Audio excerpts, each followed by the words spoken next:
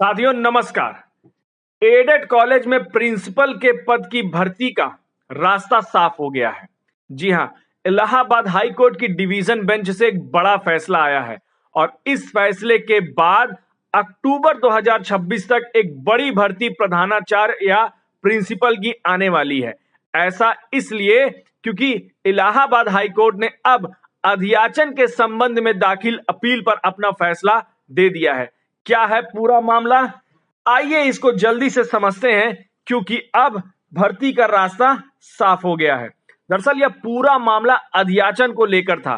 2023 में आयोग उत्तर प्रदेश शिक्षा सेवा आयोग के गठन से पहले विभाग द्वारा अध्याचन बोर्ड को भेजा जाता है कि फला फला विद्यालय एडेड विद्यालय में इतने प्रिंसिपल या प्रधानाचार्य प्रिंसिपल के पद खाली हैं।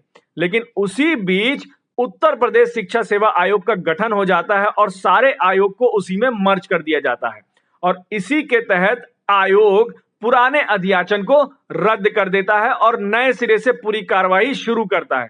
इसी के खिलाफ कार्यवाहक प्रधानाचार्य द्वारा हाई कोर्ट में याचिका फाइल की जाती है, जिस पर शमशेरी साहब की बेंच कोर्ट में साफ साफ कहती है कि इस प्रक्रिया में किसी भी तरह की कोई विसंगति नहीं है, सरकार का कदम उचित है, सिर्फ अध्याचन भेजने से आपकी अधिकार की पूर्ति नहीं होती है, इसलिए आपकी मांग खारिज की जाती है। और इसी आदेश के खिलाफ डिवीजन बेंच में शिक्षक साथी जाते हैं, जहां पर कोर्ट आधा अधूरा फैसला देती है या पार्शली अलाउड करती है। क्या कहती है?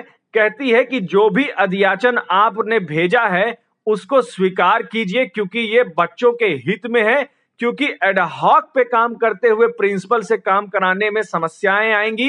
नियमित प्रधानाचार्य के होने से शैक्षणिक गुणवत्ता बढ़ती है और इसी आधार पर उन्होंने अध्याचन को तो अलाउ किया, रिक्वेस्ट को एक्सेप्ट किया कि अध्याचन रद्द नहीं होगा, लेकिन बाकी अपीलार्थी की जो मांग थी अपील करने वालों की, वो मांग नहीं मानी गई, जिसमें मुख्य रूप से जो कार्यवाहक प्रधानाचार्य थे उनकी प्राथमिकता को देखा जाए, वो मानी जाए, वो नहीं मानी गई।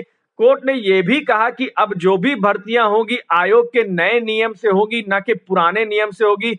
हाल ही में आपने देखा होगा कि आयोग ने अब कैबिनेट को भी भेज दिया है नियमावली का संशोधन, जिसमें कि लिखित परीक्षा और इंटरव्यू के आधार पर अब नियुक्तियां होंगी।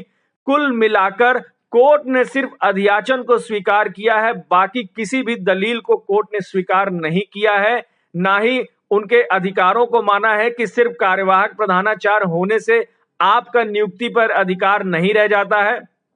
उन्होंने यह बात जरूर स्वीकार की कि अगर कोई व्यक्ति वर्तमान समय में कार्यवाहक के पद पर कार्यरत है तो उसको प्रधानाचार्य के समकक्ष वेतन दिया जाएगा। बाकी इसके अतिरिक्त उन्होंने कोई भी दलील को स्वीकार नहीं किया है, सिर्फ अध्याचन को स्वीकार किया है और अगर उसमें भी संशोधन कुछ एन केन करना है तो उसको भी उन्होंने कहा है कि आप एक बार इसको कर सकते हैं। कुल मिलाकर अब उत्तर प्रदेश शिक्षा सेवा आयोग के माध्यम से ही भर्ती पूरी होगी। इस पर डिवीजन बेंच की मुहर लग चुकी है।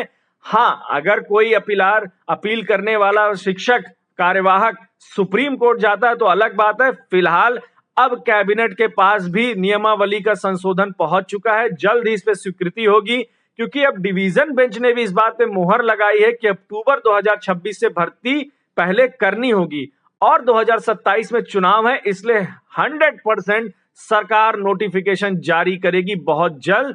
टीम को जैसे इस विषय पर और कोई अपडेट मिलती है टीम आपको जरूर सूचित करेगी। बहुत बहुत धन्यवाद।